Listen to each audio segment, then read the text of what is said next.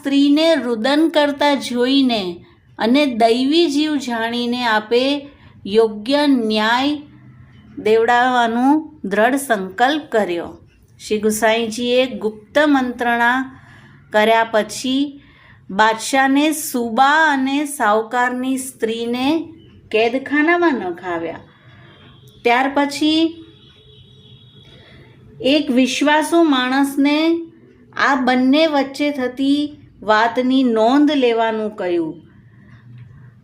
તે મ્લેચ્છ અને સ્ત્રી અલગ અલગ પાંજરામાં હતા અને સ્ત્રીએ પૂછ્યું કે કઈ રીતે મારા વિશેની આ બધી માહિતી ખબર પડી, અને તે મ્લેચ્છ બધું બોલી ગયો.